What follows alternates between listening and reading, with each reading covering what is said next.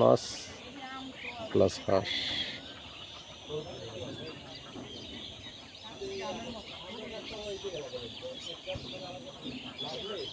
মাছের প্রজেক্ট পাশাপাশি এখানে হাঁস চাষ পালন করা হচ্ছে। দেখেন এই যে এখানে প্রায় 300-র মতো হাঁস আছে। পাশাপাশি এখানে দেখাবো আপনাকে চীনা হাঁস, অনেকগুলো চীনা হাঁস আছে। দেখেন চীনা হাঁসগুলো অনেক বড় দেখা যাচ্ছে। এই যে চীনা হাঁসগুলো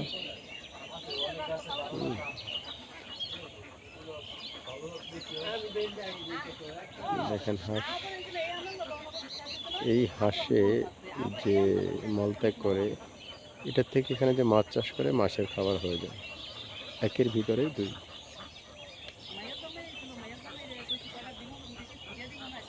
আমরা আসছি একটা বাড়িতে,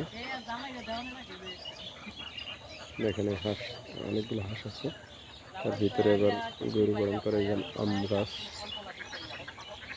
আমের গাছ, আমের ফল হচ্ছে, ফলন হচ্ছে খুব ভালো।